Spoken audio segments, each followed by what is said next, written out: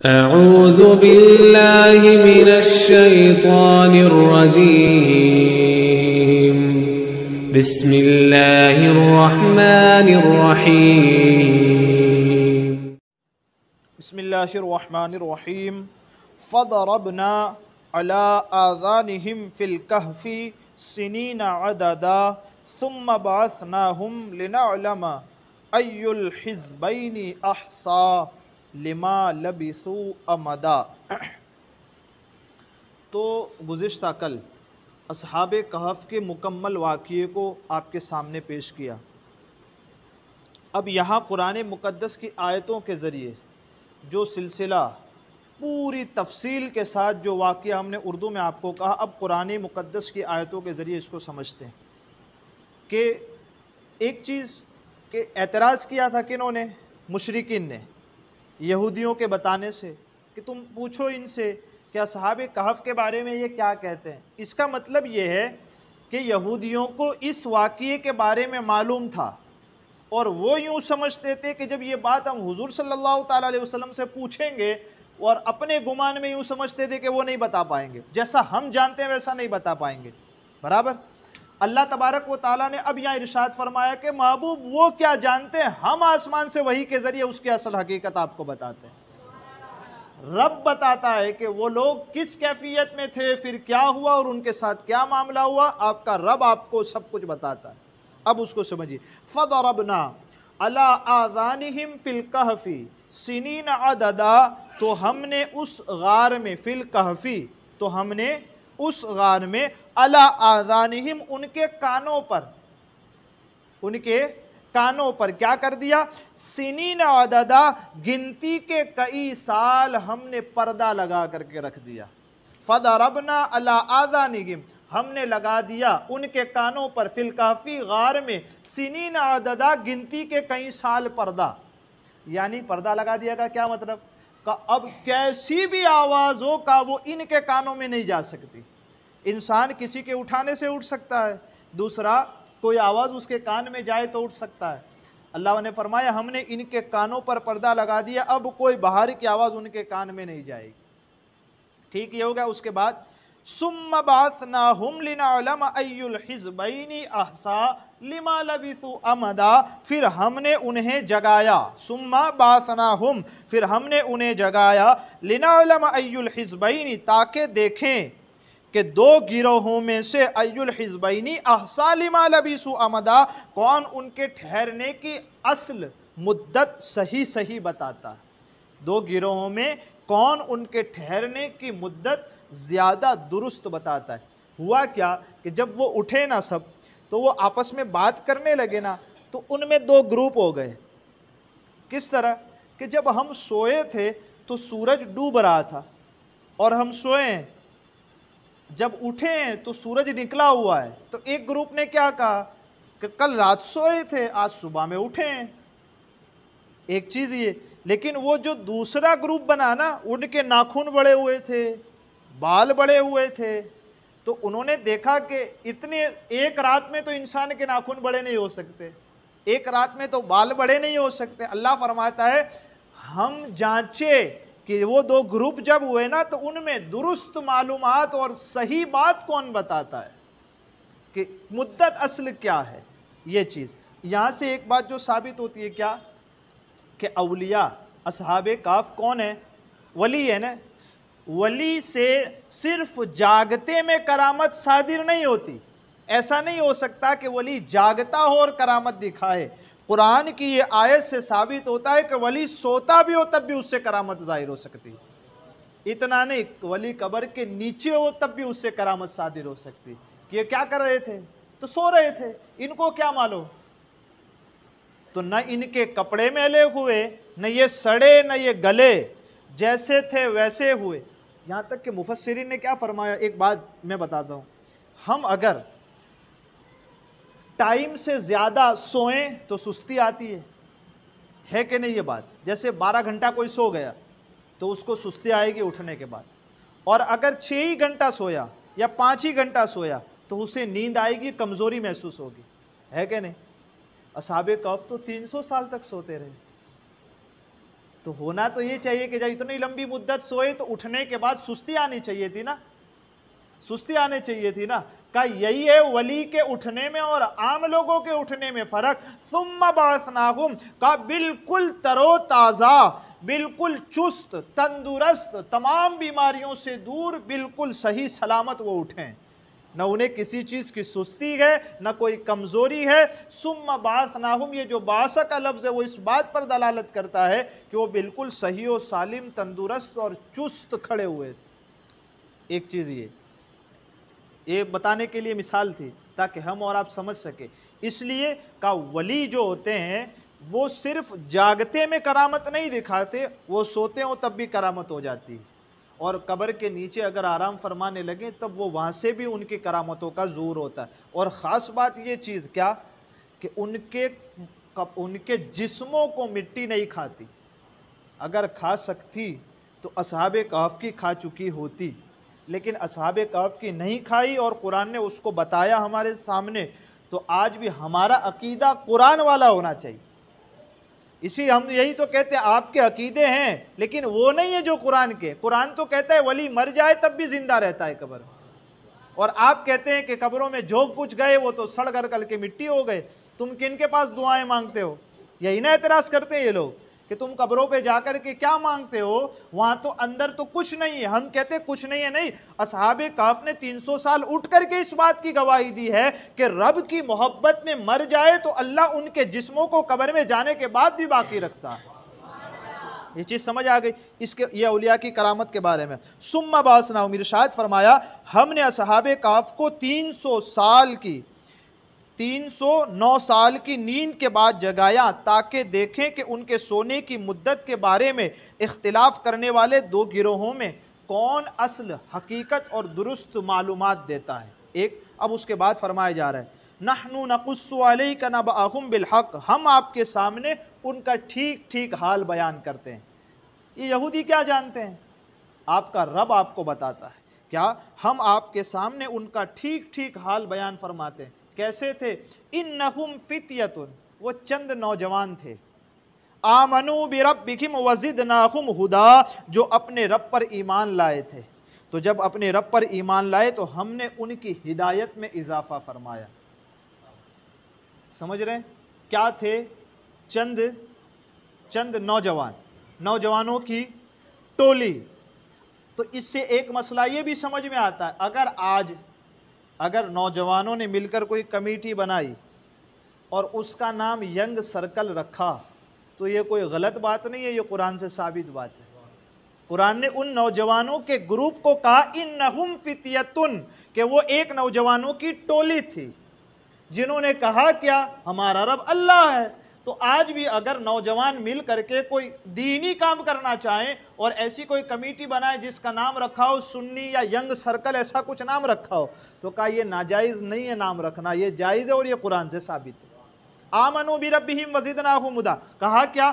ہم رب پر ایمان لائے. اللہ نے فرمایا ہم نے ان کی ہدایت میں اضافہ فرمایا. اس کے بعد وربطنا علی قلوبہم اذ قاموا، ہم نے ان کے دلوں کو قوت عطا فرمائی، ہم نے ان کے دلوں کو مضبوط کر دیا. کب؟ اذ قاموا، جب وہ کھڑے ہوئے اور کیا کہا؟ فقالوا ربنا رب السماوات والارض، وہ کھڑے ہو گئے اور کہنے لگے کہ ہمارا رب وہ ہے جو آسمان اور زمین کا بادشاہ اور رب ہے، وہ ہے ہمارا رب. یعنی دقیانوس جو بادشاہ تھا نا ان کا، اس بادشاہ نے ان کو اپنے دربار میں بلایا اور اس کے بعد یہ کہا کہ تم ان بتوں کو سجدہ کرو اور مجھے رب مانو. یہ کہا نا، تو انہوں نے کیا کہا؟ یہ بھری محفل سے اٹھ گئے، اذ قاموا، کھڑے ہو گئے اور کیا کہا؟ فقالوا ربنا رب السماوات والارض، ہمارا رب تو وہ ہے جو زمین اور آسمانوں کا رب ہے، تو نہیں ہے. اذ قاموا فقالوا ربنا رب السماوات والارض لن ندعو من دونه الہا لقد قلنا اذا شططا، اور ہم نے ان کے دلوں کو قوت عطا فرمائی جب وہ کھڑے ہو گئے اور انہوں نے کہا ہمارا رب وہ ہے جو آسمانوں اور زمین کا رب ہے، ہم اس کے سوا کسی معبود کی عبادت ہرگز نہ کریں گے. لن ندعو من دونه الہا لقد قلنا اذا شططا، اگر ہم ایسا کریں تو اس وقت ہم ضرور حد سے بڑھنے والے ہوں گے. ہم سمجھتے ہیں کہ ایک ہی رب کی عبادت کی جا سکتی ہے، یہ جاننے اور سمجھنے کے بعد بھی اگر ہم کسی کو معبود بنائیں تو اس وقت ضرور ہم حد سے بڑھنے والے ہیں اور رب کے عذاب کے مستحق ہونے والے ہیں، یہ بتایا۔ اب اس کے بعد یہ نوجوان کیا کہتے ہیں، ہاؤلائی قوم اتخذوا من دونہ آلہۃ، یہ ہماری قوم ہے، ہاؤلائی قوم اتخذوا من دونہ آلہۃ، یہ ہماری قوم ہے جنہوں نے اللہ کے سوا اور معبود بنا رکھے ہیں، اللہ کو چھوڑ کر کے دوسروں کو معبود بنا رکھا ہے۔ لولا یأتون علیہم بسلطان بین، یہ ہماری قوم ہے کہ انہوں نے اللہ کے سوا دوسرے معبود بنا رکھے ہیں، یہ ان پر کوئی روشن دلیل کیوں نہیں لاتے ہیں، کوئی روشن دلیل کیوں نہیں لے آتے ہیں؟ بھئی ہمارا رب تو وہی ہے جو آسمان اور زمین کا رب ہے، ہمارا رب تو وہی ہے جس نے سورج اور چاند کو پیدا کیا، اگر یہ رکھتے ہیں تو کوئی روشن دلیل لائیں۔ اور اس کے بعد فرمایا فَمَنْ أَظْلَمُوا مِمَّنِ افْتَرَىٰ عَلَى اللَّهِ كَذِبًا، تو اس سے بڑھ کر ظالم کون جو اللہ پر جھوٹ باندھتا ہے۔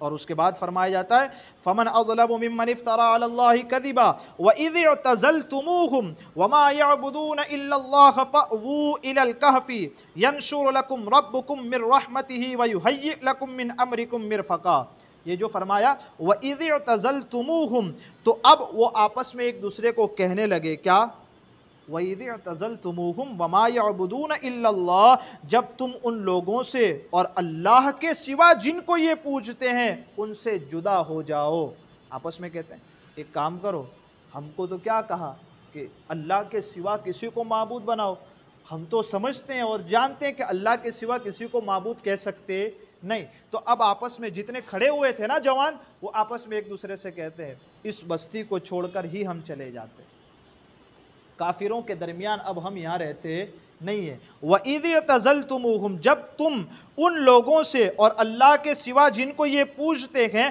ان سے جدا ہو جاؤ تو غار میں پناہ لو، ایک دوسرے کو کہتے ہیں چلو ہم چھوڑ کر کے غار میں چلے جاتے ہیں، تمہارا رب تمہارے لیے اپنی رحمت کو پھیلا دے گا اور تمہارے کام میں تمہارے لیے آسانی پیدا فرمائے گا۔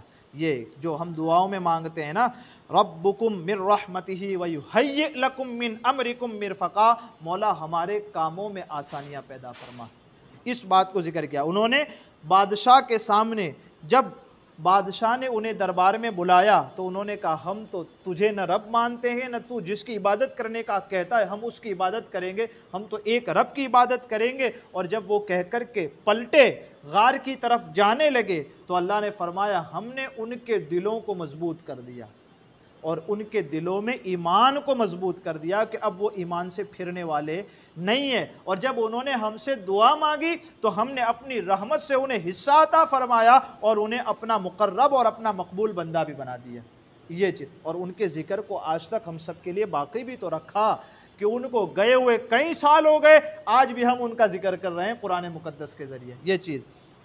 اب یہاں جو سمجھنے والی بات ہے کیا، فتنوں کے زمانے میں ایمان کی حفاظت کرنا، یہاں فرمایا کہ فتنوں کے زمانے میں ایمان کی حفاظت۔ حضرت ابو سعید خدری رضی اللہ تعالیٰ عنہ سے روایت ہے کہ رسول اکرم صلی اللہ تعالیٰ علیہ وسلم نے ارشاد فرمایا ان قریب مسلمان کا بہترین مال وہ بکریاں ہوں گی جنہیں لے کر وہ پہاڑ کی چوٹیوں پر چلا جائے گا اور برساتی مقامات پر چلا جائے گا، کیونکہ وہ اپنے دین کو بچانے کی خاطر فتنوں سے بھاگ رہا ہے۔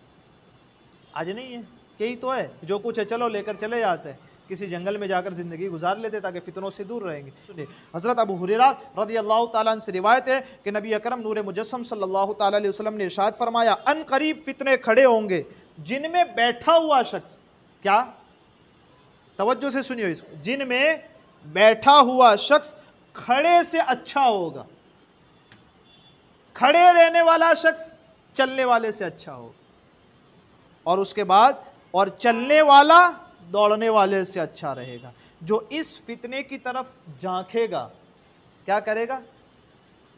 دیکھنا الگ ہے اور جھانکنا الگ ہے۔ کسی چیز کو دیکھ رہے ہیں ہاں، اور جھانکنا بس اتنا ہی ہوتا ہے، جھانکنا۔ فتنوں کی طرف جس نے جھانکا بس حضور صلی اللہ تعالیٰ علیہ وسلم ارشاد فرماتے تو وہ اسے اپنی لپیٹ میں لے لے گا۔ اب آگے، ان دنوں جس کو بچاؤ کی کوئی جگہ یا پناہ ملے تو وہ اس میں پناہ لینے کے لیے چلا جائے اور اس کو اس میں پناہ لینی چاہیے۔ آج نہیں ایسا، بیٹھنے والا کھڑے ہونے والے سے اچھا ہے۔ اس کا کیا مطلب ہے؟ کہا تم اپنے گھروں میں بیٹھے رہو تو ہی محفوظ ہو، کھڑے ہو کر باہر نکلے فتنے تمہارا انتظار کرتے ہیں۔ ایک آپ ہی کا دوست، آپ کا بڑا پیارا دوست آپ کے پاس آئے گا اور باہر آ کر سب سے پہلے آپ سے غیبت چالو کرے گا۔ ذرا سا جھانکا تم نے، تم بھی شروع اس کے ساتھ۔ یہ ہے اصل چیز۔ مطلب ہم کیا سمجھ سکتے اس، یہ میں آپ کو بالکل نیچے اتار کر کے بتا رہا ہوں۔ بیٹھنے والے سے مراد یہ نہیں ہے کہ چوراہوں پہ جا کے بیٹھے، وہ نہیں ہے۔ بیٹھنے والا، کھڑے رہنے والے سے محفوظ ہونا کا کیا مطلب؟ اکیلا بیٹھا ہوگا یا تو مسجد میں ہوگا، اپنے رب کو یاد کرتا ہوگا، اپنے گھر میں بیٹھا ہوگا، بیوی بچوں سے بات کرتا ہوگا، بس جیسے ہی کھڑا ہوگا اب دیکھ لو فوراً گناہوں میں جائے گا۔ اور کھڑا ہو گیا تو جو دوڑ رہا ہے نا گناہوں کے پیچھے، وہ کھڑا ہونے والا کہے گا ہم ٹھیک ہے بھائی تو جا۔ دیکھیں نا ٹائم ہی کہاں ہے ہمارے پاس، آپ ہمارے یہاں آئے نہیں، ٹائم ہی نہیں ہے ہمارے، آپ مسجد میں کبھی نہیں دکھتے، وقت ہی نہیں ہے ہمارے پاس، آپ فلاں کام میں ہمارے ساتھ کھڑے نہیں ہوئے، وقت ہی نہیں ہے ہمارے پاس۔ یہ کیا ہے؟ دوڑنے والا ہے، جتنا دوڑتا ہے کہا اتنا زیادہ فتنوں میں مبتلا ہے وہ۔ کہا کرے کیا؟ کہا کچھ بھی نہیں کرنا ہے۔ حضور نے کیا فرمایا؟ بیٹھے سب سے پہلے، کہا وہ چیز اختیار کر لو، بیٹھ جاؤ۔